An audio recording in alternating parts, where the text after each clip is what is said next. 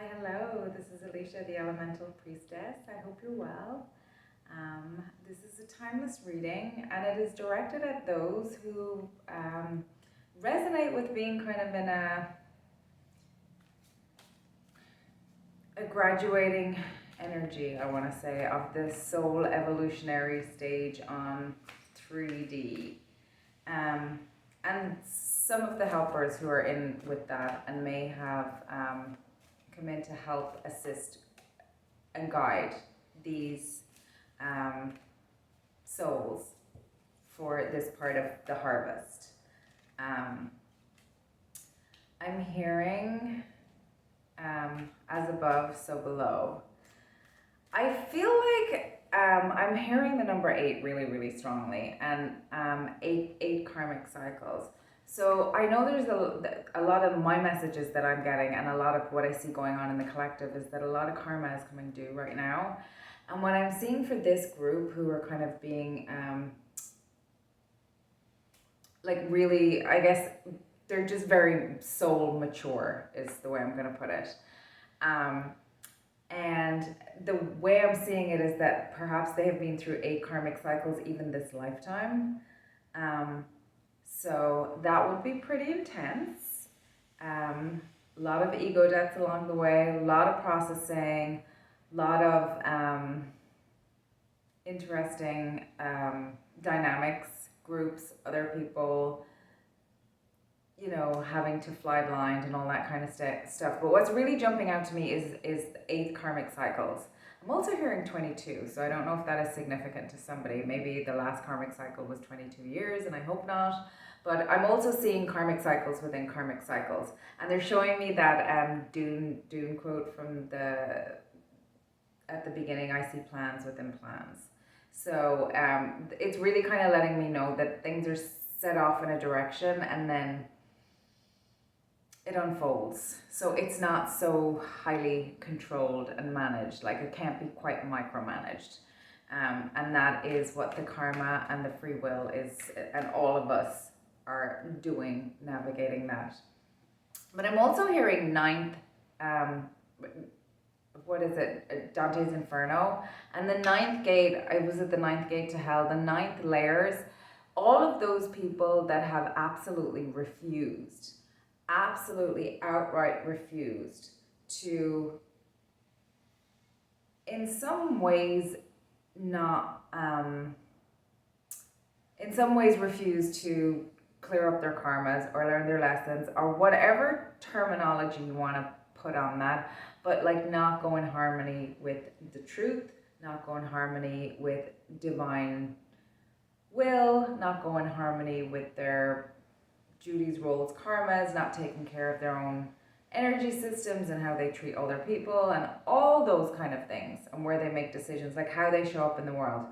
People who have come at this group, especially in a, not just a gang, like people who went out of their way, the ringleaders per se. Now other people have gotten dragged in, but I'm really feeling like it's the ringleaders of these that knowingly engage other souls into some sort of nefarious plan to attack this graduating level of souls. And in Dante's Inferno, that ninth layer is the layer of betrayers, because that is the worst possible thing that you can do. Whatever way your betrayal is, it's like you can never trust that person. So it's considered in that format to be the absolute worst. And it's funny, that quote was said to the emperor, which is kind of interesting, because I feel a lot of these people that are going down to the ninth gate are emperor type people that had positions of power, that abused their power, that thought that they were the shiz, that thought that they had all the resources so they couldn't be challenged. And they learned where they're about to learn, if they haven't already learned. Some of them have been learning, some of them are about to really learn, that the reality of that quote in the Bible, build your kingdom not here on earth, build your kingdom in your heart, you know. And if you have lived your life without being able to be able to connect with your heart, that's something that I'm hearing the prodigal son. The divine's arms are always open and always there to welcome you back. But the people that you have wronged, that's a different story. That's between you and the divine. So those people gone down to, or those energies gone down to, are those people who were basically catnip to, that force that we talk about. That is like, if you don't have your stuff online and you are very powerful, you can be basically hijacked to enforce. And I mean, that is what flying monkeys are, but you want to be like you don't want to be flying monkey for like some bully, but you certainly don't want to be flying monkey for, the man that we don't want to be named.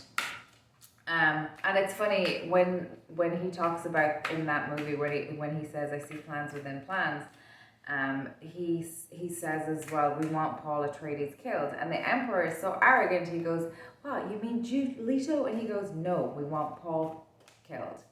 And the Emperor is just, he's the embodiment of worldliness, but he can't see the beyond. Like, they all work on the spice and they're able to fold time and space, like, could it be more kind of, in the symbology for us. But the message that I'm getting really strong from Carrie Fisher is that y'all are Princess Leia in this. And whether you're male or female, you're Princess Leia. Darth Vader, yeah, he bad. Luke has fallen. Luke Skywalker has fallen. Han Solo has fallen. You're Yoda too. Yoda has fallen. They've all gone to the dark side. It's just you and the light. And she's kind of funny about it. So it's kind of funny. But her message is really specific. Actually, she's like saying, I did not know to pay attention to my body. And I keep seeing her in the documentary. I saw it on a plane where it's her and her mom, and they lived next door to each other. And she was always like, she was, how people change. I think she smoked. I can't remember. If she didn't smoke, she was the equivalent of like chain chugging Coca-Cola, which, obviously if you're drinking huge levels of that amount of sugar, that's probably not the healthiest. So that amount of soda is not good. But I remember noticing and even commenting it onto myself, going, wow, she drinks a lot of that soda. And then I was noticing that like Princess Leia is a Pleiadian. Carrie Fisher, Starseed. So she dropped by to say hi because she knows how to get through to, people like me. So that will give you a little bit of insight of what's happened in my world.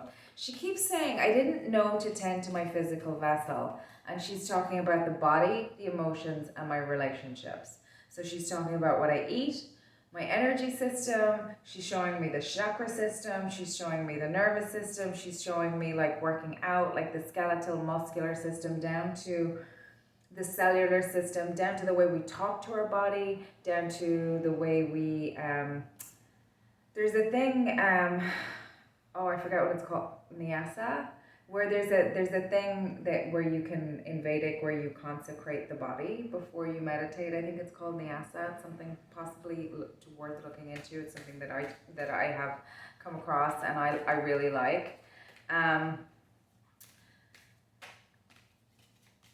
I'm also hearing that, what's that Harry Styles song? Stop Your Crying Now.